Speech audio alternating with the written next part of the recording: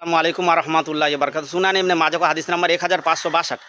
हज़रत जाबिर रादियल्लाहु अन्हु फरमाए हुस्सल्लल्लाहु ने फरमाए तुम माजार पाका मत करो। हादिस इब्ने माजा 1562 নম্বরে হাদিস। অর্থাৎ জাবির রাদিয়াল্লাহু তাআলা আনহু থেকে বর্ণিত। তিনি বর্ণনা করেন যে প্রিয় নবী রাসূল সাল্লাল্লাহু আলাইহি ওয়াসাল্লাম বলেছেন তোমরা কবর পাকা করবে না। হাদিস ইবনে মাজাহ। একই ম্যাটারে তিনটি হাদিস বলে পরে ব্যাখ্যা।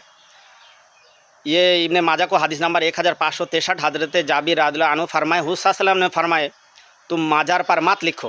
हादिस इब्ने माजा 1563 নম্বরে হাদিস। হযরত জাবির রাদিয়াল্লাহু আনহু থেকে বর্ণিত তিনি বর্ণনা করেন যে প্রিয় নবী রাসূল সাল্লাল্লাহু আলাইহি ওয়াসাল্লাম কবরে লিখতে নিষেধ করেছেন। ব্র্যাকেটে সন তারিখের তারিখ। इब्ने माजा को हदीस नंबर 1564। हज़रत अबू सईद रादियल्लाहु ताला अन्हु फरमाए हुज़ूर सल्लल्लाहु अलैहि वसल्लम ने फरमाया तुम माजार पर खिलिन गुम्बुज और इमारत मत बनाओ। हादिस इब्ने माजा 1564 নম্বরে হাদিস। হযরত আবু সাঈদ রাদিয়াল্লাহু আনহু থেকে বর্ণিত তিনি বর্ণনা করেন যে প্রিয় নবী রাসূল সাল্লাল্লাহু আলাইহি ওয়াসাল্লাম কবরের উপরে ইমারত গম্বুজ বা মাজার রওজা তৈরি করতে নিষেধ করেছে। হাদিস ইবনে মাদা। সহিহ বুখারী 1330 নম্বরে হাদিস রাসূল সাল্লাল্লাহু আলাইহি ওয়াসাল্লাম কবরে সিজদা করতে বা মানব সিজদা করতে নিষেধ করেছেন।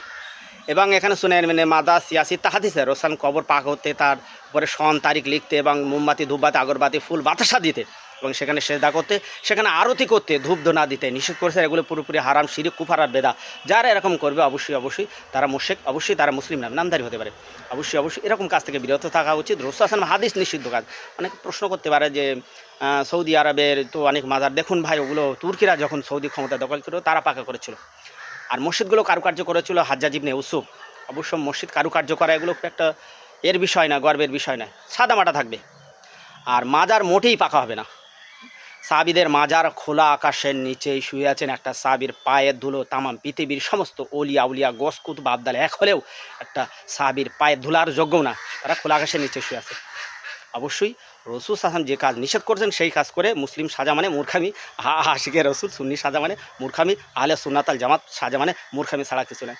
দুধ কা দুধ পানি কা পানি সবই বোঝা যাবে ভাই পরে।